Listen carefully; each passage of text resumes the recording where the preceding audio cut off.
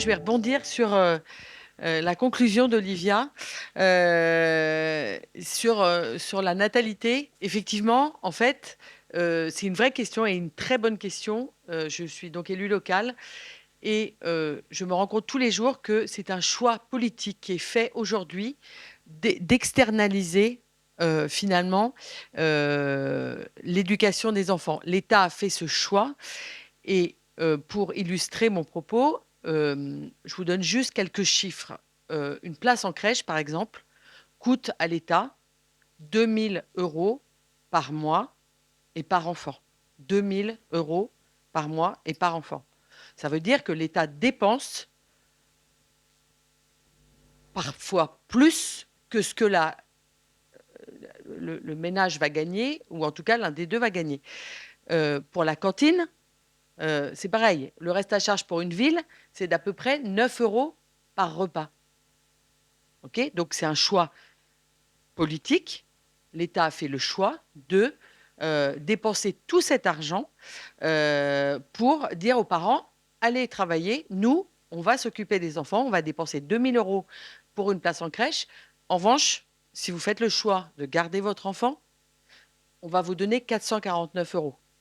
Donc c'est bien un choix politique et idéologique qui a été fait il y a des années, qui petit à petit a habitué aussi les familles à se reposer sur l'État en disant, ben voilà, mon enfant va à la crèche, c'est bien naturel, mon enfant va à la cantine, c'est bien naturel, mon enfant va au périscolaire, c'est bien naturel. Et petit à petit, à inciter les parents à se reposer sur l'État. Et là, j'illustre aussi mon propos euh, j'ai mis en place à Asnières une mesure que je n'aurais jamais pensé prendre. On a des problématiques de recrutement dans la petite enfance. Et donc, j'ai essayé de voir comment on pouvait laisser les crèches ouvertes. Et je me suis rendu compte à ce moment-là que les mamans qui étaient en congé maternité, c'était elles qui mettaient leur enfant le plus longtemps en crèche, 8h, 18h30, leur aîné en crèche. Ça m'a interpellée. Je me suis dit, tiens, une maman qui est en congé maternité, qui le matin se lève, enfin voilà, se dépêche pour aller déposer son enfant à la crèche et retourne chez elle et s'en occupe pas. Et donc j'ai été interpellée, donc j'ai fait une réunion avec les psychologues, les directrices, et effectivement, euh, euh, on, on a pris la décision de réduire, et c'est pas du tout politiquement correct, de réduire, et ça c'est pour le bien de l'enfant et de la maman, de réduire le temps d'accueil des enfants pour les mamans en congé maternité. Autant vous dire, je me suis pris un lever de bouclier des mamans qui m'ont dit, vous discriminez les femmes enceintes. Bon, c'était un peu drôle de me dire ça, mais bon. Euh, et donc, j'ai dû faire preuve d'énormément de J'ai reçu toutes ces mamans. Je leur ai expliqué pourquoi je prenais cette mesure qui n'était pas politiquement correcte, mais que je la prenais pour le bien-être de l'enfant et de la maman. Parce que quand on avait un nouvel enfant, il fallait faire famille et que, en fait, elle avait 2 enfants. Elle était tout à fait capable d'avoir un deuxième enfant. Et, et en passant beaucoup de temps à expliquer cette mesure, finalement, il y a beaucoup de mamans qui m'ont remercié à la fin en me disant, finalement, je suis contente d'avoir passé du temps avec mon enfant. Et en fait, ces choix idéologiques et politiques qu'ont mis en place l'État il y a des années pour inciter voilà, la femme, l'égalité homme-femme, la femme à aller travailler, finalement, a fini par imprégner les familles, les mamans, et qui, aujourd'hui, finalement, se satisfont de ça. Donc c'est pour ça qu'à Asnières, je mets beaucoup de choses en place pour recréer ce lien parent-enfant qui est fondamental. Donc on a créé avec une association qui s'appelle le Réseau des parents, on met en place des ateliers parents-enfants.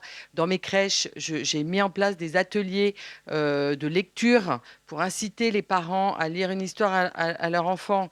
Et je vous assure, j'assiste à ces ateliers. C'est du bon sens, ces ateliers, mais n'empêche, tous les parents sont présents.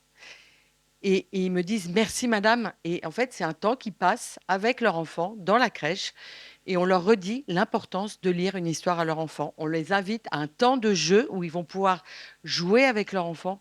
Et en fait, on a l'impression que quand on les regarde, hein, quand on les observe, c'est quelque chose qui n'est plus du tout naturel. Donc en fait, l'État, petit à petit, a pris la place des parents et finalement, les parents se sont laissés faire. Et aujourd'hui, on a cette obligation, en tant qu'élu, de redonner cette main aux parents et de favoriser ce lien parent-enfant qui s'est distendu. Et un de mes grands combats, c'est justement de revaloriser ce fameux congé parental pour donner au moins un libre choix aux familles, de pas me dire, Madame Carpentras, j'aimerais bien pouvoir rester chez moi, mais en fait, 449 euros, je peux pas. Et d'un autre côté, j'ai l'État. Je dis à cette famille, non, mais vous inquiétez pas, laissez votre enfant. L'État dépense 2000 € pour le garder. Et ouais, c'est un truc qui est quand même pas du tout cohérent. Donc c'est vrai que moi, un de mes combats, c'est de faire en sorte que ce congé parental soit revalorisé pour laisser le libre choix aux familles. Et que je pense qu'entre 2000 et 449 euros, on doit pouvoir trouver un chemin de crête. Donc c'est en train d'être discuté en ce moment, ce congé parental. Il y a une mesure qui est en train d'être préparée qui va pas du tout dans le bon sens, et qui passera lors du projet de loi de la sécurité sociale au mois d'octobre et novembre. Donc, je vous invite à être vraiment vigilant sur, voilà, sur ce congé parental qui permettra aux familles et aux parents et aux mamans de créer ce lien. Et le rapport de 1000 jours dont on parlait tout à l'heure le dit très bien. La première année de l'enfant, elle est fondamentale pour que le parent deviennent parents et pour créer ce lien parent-enfant. Une maman qui remet son enfant à la crèche à 2 mois et demi, ce lien, il n'a pas eu le temps de se créer.